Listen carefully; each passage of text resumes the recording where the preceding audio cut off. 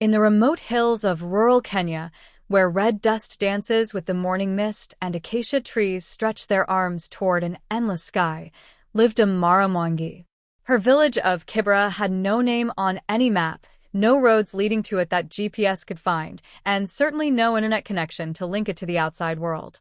But what it lacked in modern conveniences, it made up for in something far more valuable: ingenuity born from necessity. Amara was 32 years old, though the lines around her eyes spoke of decades spent squinting against the harsh African sun. Her hands were calloused from years of farming the stubborn red soil, and her back carried the permanent slight curve of someone who had spent countless hours bent over crops that refused to grow. She lived in a small mud brick house with her 3 children, 10-year-old Kasai, 8-year-old Jengo, and 5-year-old Amani, after her husband died in a farming accident 3 years prior. Every morning, Amara would wake before dawn, not by choice, but because the roosters in her village served as the world's most unreliable alarm clock. She would walk 2 miles to the nearest water source, a muddy stream that barely deserved the name, carrying a 20-liter jerrycan on her head. The water was brown, filled with sediment, and often contaminated, but it was all they had. This daily ritual took 3 hours round trip, time stolen from farming, from caring for her children, from any chance of building something better. But Amara was different from many in her village.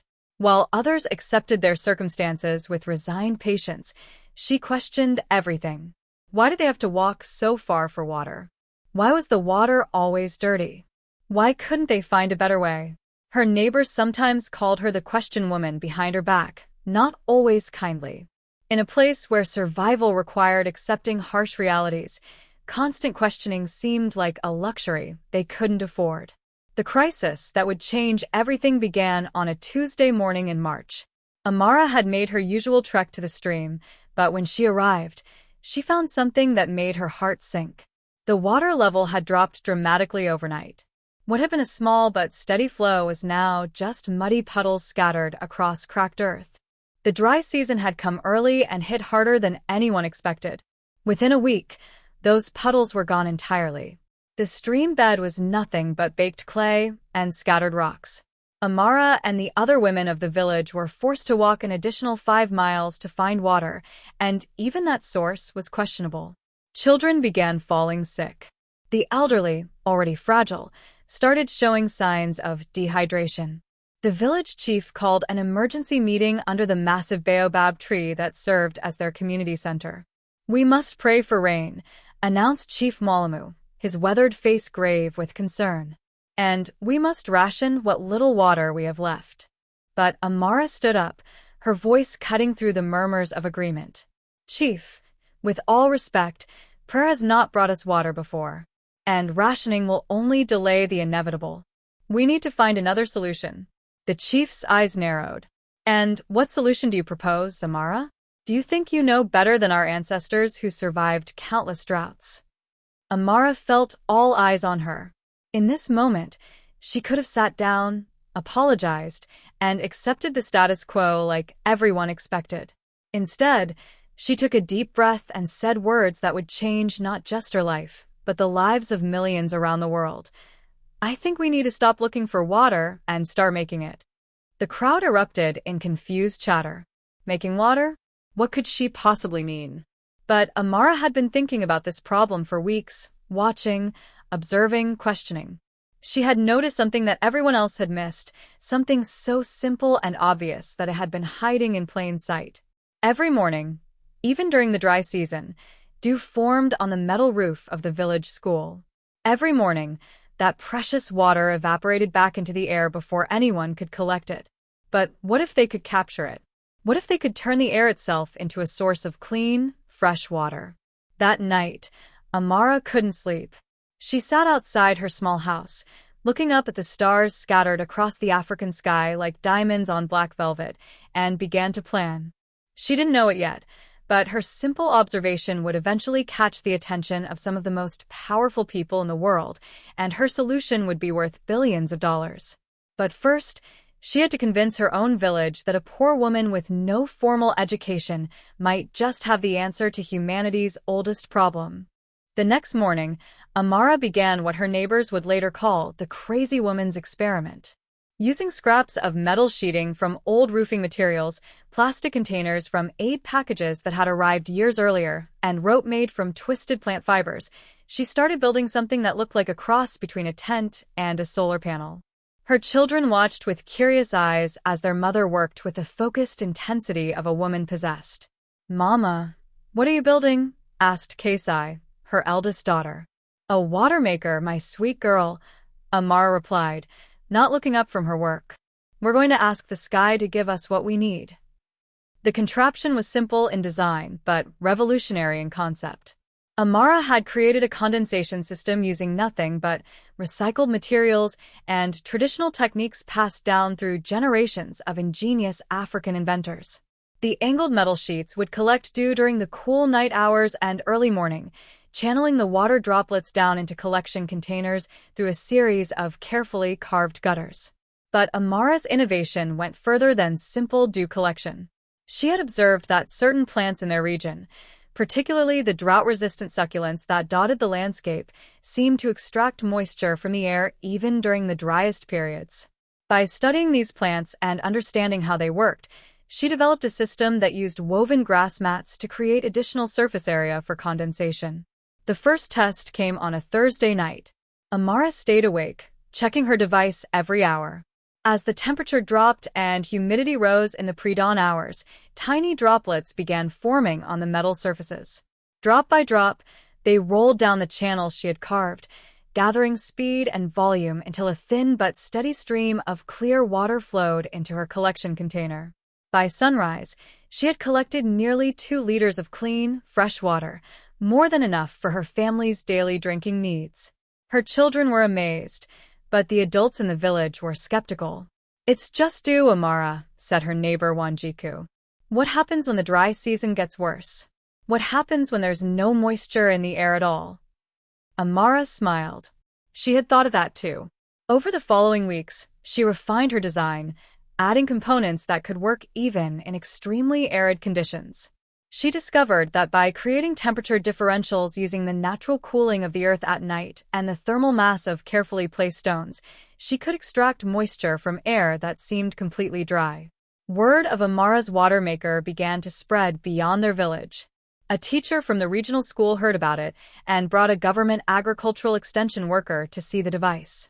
The worker, a young man named David Kamani who had studied at the University of Nairobi, was initially dismissive. "This is just basic condensation," he told Amara condescendingly. "There's nothing new here. Scientists have been working on atmospheric water generation for decades with much more sophisticated equipment." But when Amara showed him her daily water yield, now up to 5 liters per day using only materials that cost less than $10 to build, David's attitude changed completely. He asked detailed questions about her design, took photographs, and made careful measurements. What he discovered shocked him. Amara's device was not only producing clean water at a fraction of the cost of existing technologies, but it was also working in conditions where sophisticated atmospheric water generators had failed. Her deep understanding of local climate patterns, plant biology, and traditional building techniques had led her to create something that expensive research and development teams had been unable to achieve. David asked permission to document Amara's invention and share it with his contacts at the Ministry of Water and Sanitation. He also suggested that she might want to apply for a patent, though he wasn't sure how someone without formal documentation or legal representation could navigate that process. Amara agreed, but she had one condition. "Any money that comes from this must come back to help villages like mine. I didn't create this to become rich. I created it because children were getting sick from dirty water." Within a month, David had prepared a detailed report on Amara's water generation system. He sent copies to government officials, NGOs working on water security, and several international development organizations. Most of the responses were polite, but dismissive. Another, appropriate technology, solution that might work in small-scale applications, but couldn't address larger water security challenges. But one email landed in an inbox that would change everything. Dr. Sarah Chen, Chief Technology Officer for Aquatech Solutions, a Silicon Valley company working on water security solutions for developing nations, was immediately intrigued by David's report. Aquatech had just spent $50 million developing an atmospheric water generation system that could produce clean water in arid environments, but their prototypes were massive, expensive, and required sophisticated maintenance. Dr. Chen had been looking for breakthrough innovations when David's email arrived with a subject line: Kenyan woman solves water crisis with $10 device. Normally, she would have deleted such an email as spam, but something about the detailed technical documentation and the accompanying photos made her pause. She studied the images of Amara's device, read David's analysis of its efficiency rates, and compared the performance data to her own team's expensive prototypes. What she saw was impossible, yet the documentation was thorough and credible. Dr. Chen immediately booked a flight to Kenya. She needed to see this innovation in person, and she needed to meet the woman who had accomplished what her team of PhD engineers had been unable to achieve. What she didn't know was that her visit would set in motion a chain of events that would make Amara one of the most influential people in the global water security industry. The poor woman from a village with no name was about to become the center of a billion-dollar revolution. Dr. Sarah Chen's Land Cruiser kicked up clouds of red dust as it navigated the barely visible track leading to Amara's village. After 2 days of travel from Nairobi, first by plane to Kisumu, then by hired vehicle across increasingly remote terrain, she was beginning to understand why this innovation had remained hidden from the world for so long. Chen was accustomed to corporate boardrooms in San Francisco, air-conditioned laboratories, and presentations delivered via high-definition video conferences. The contrast couldn't have been starker as she stepped out of the vehicle into the scorching African sun, wearing hiking boots and a practical field outfit that her usual business wardrobe had never required. David Kamani had arranged the meeting, but even he was nervous about how this encounter would unfold. On one side was a woman who had never owned a computer, had no formal education beyond primary school, and whose greatest technological achievement had been dismissed by most development experts as interesting but impractical. On the other side was a PhD in environmental engineering who controlled a research budget larger than the GDP of some small African nations. Amara emerged from her small house wearing her best dress, a colorful kanga cloth that she saved for church and special occasions. She had spent the morning preparing traditional tea and had asked her neighbors to help tidy the area around her water collection device. She wasn't sure what to expect from this visit, but David had emphasized that it was very important. The initial exchange was awkward. Dr. Chen spoke through David as a translator, though Amara's English was better than anyone expected. Chen's questions were technical and specific. What was the daily yield variance across seasonal changes? How did efficiency correlate with humidity levels? What maintenance requirements existed for long-term operation? Amara answered each question with the practical wisdom of someone who had lived with her invention for months, but she also began asking questions of her own. Why was Dr. Chen so interested in her simple device? What was this company she worked for? Were there other places in the world where people struggled to find clean water? As the conversation continued, something remarkable happened. The formal interview atmosphere gave way to genuine curiosity from both women. Chen found herself sitting on a wooden stool under a mango tree, drinking sweet tea and listening to Amara explain how she had developed her innovations by observing the natural world around her. You see that plant there? Amara pointed to a succulent growing in what appeared to be completely barren soil. Every morning, it has water droplets on its leaves, even when we haven't had rain for months. I watched it for weeks, trying to understand how it captures water from the air. That observation led to the design of my collection surfaces. Chen was fascinated. Her team had spent months researching atmospheric water generation using complex materials science and thermodynamic modeling. Amara had achieved similar results by carefully observing desert plants and understanding their natural mechanisms. But the real moment of revelation came when Chen saw the device in operation. As the sun set and temperatures began to drop, Amara's system came alive. Water droplets formed on the specially angled surfaces, channeled through carefully carved gutters, and flowed into collection containers with steady precision. "This is extraordinary," Chen murmured, more to herself than to anyone else. Our latest prototype costs $200,000 to build and produces 50 liters per day under optimal conditions. Your device costs $10 and produces 8 liters per day in conditions where our system wouldn't function at all. She pulled out her satellite phone and began making calls. First to her laboratory in California, then to Aquatech CEO, then to several contacts at international development agencies. Each conversation became more animated than the last. Amara watched this flurry of activity with growing concern. "David," she said quietly, "what is happening? Why is she so excited?" David tried to explain the global scale of water security challenges, the 2 billion people worldwide who lacked access to clean water, the billions of dollars spent on water infrastructure projects, the massive research and development investments that major corporations were making in this field. "Your innovation," he said, "might be the breakthrough the world has been waiting for." Over the next 3 days, Chin conducted extensive testing of Amara's system. She measured water quality, analyzed efficiency under various conditions, and documented every aspect of the device's construction and operation. She also spent hours talking with Amara about her vision for how the technology could be used. "I want every village like mine to have clean water," Amara said. "I want children to grow up healthy, and I want women to have time for more than just walking miles to collect dirty water." Chen was impressed not just by Amara's innovation, but by her clarity of purpose. This wasn't someone looking to get rich from an invention. This was someone who had identified a critical problem and developed a solution with the explicit goal of helping others facing the same challenges.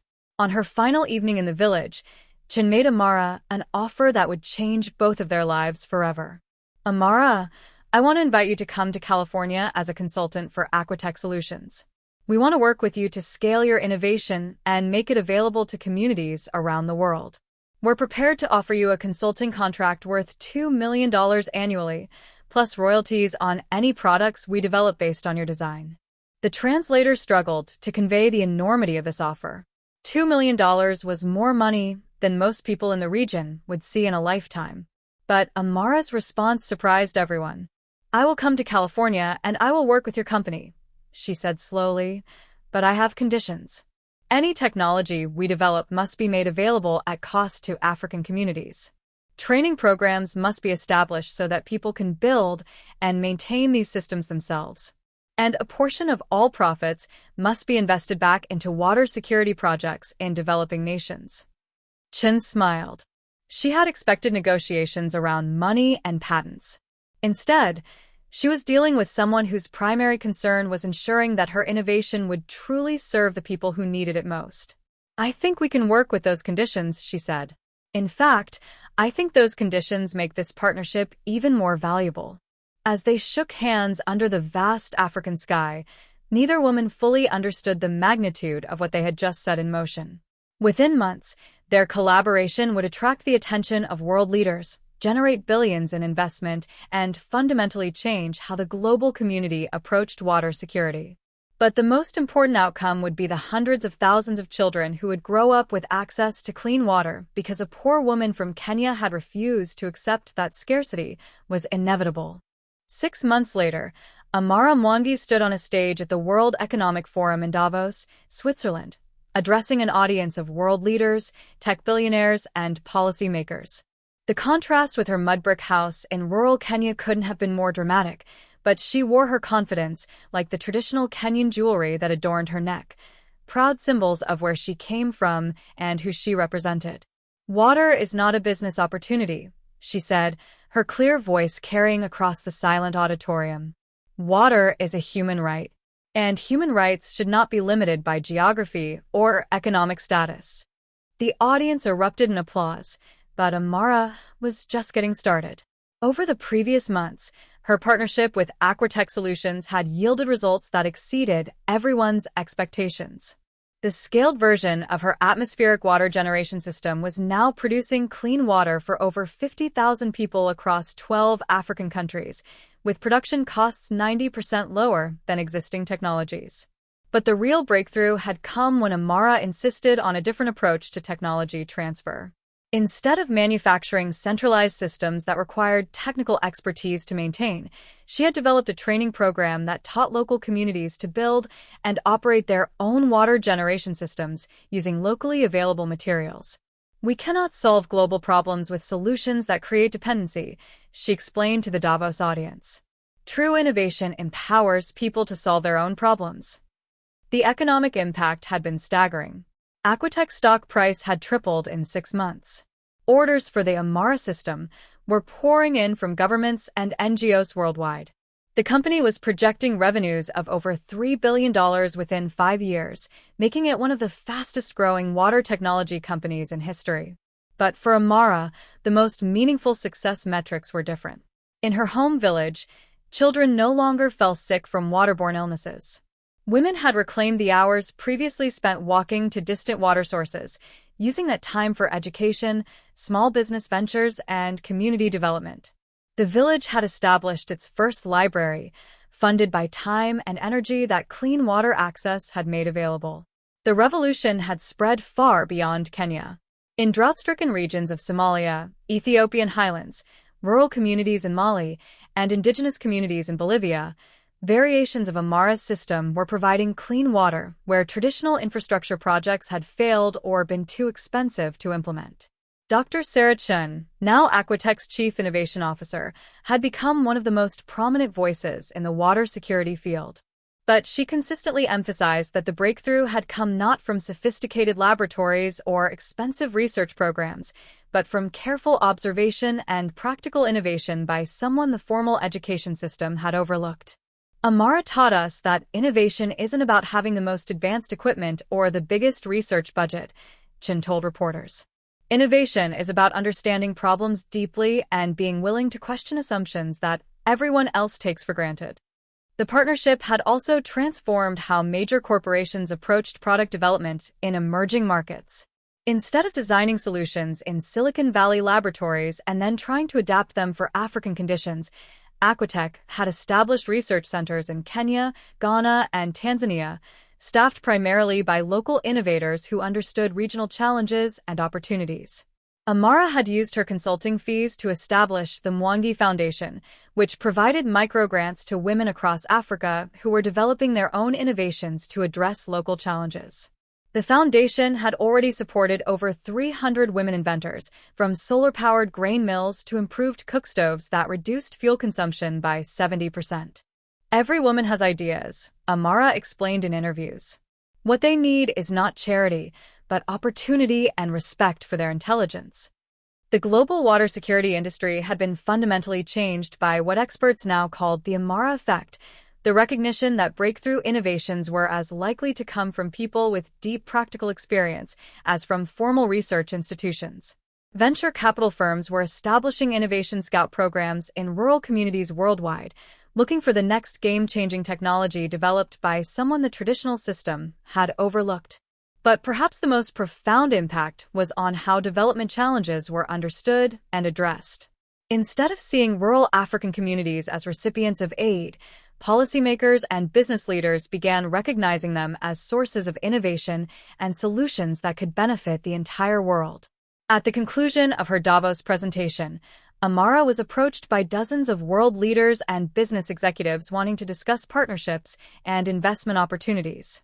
But the conversation that mattered most to her was with a young girl from Bangladesh who had traveled to Switzerland as part of a youth climate delegation. "My name is Rashida," the girl said shyly. "In my village, we also have problems with water. Do you think your system could work there?" Amara knelt down to meet Rashida at eye level. "Tell me about your village," she said. "What have you observed about how water behaves in your environment?"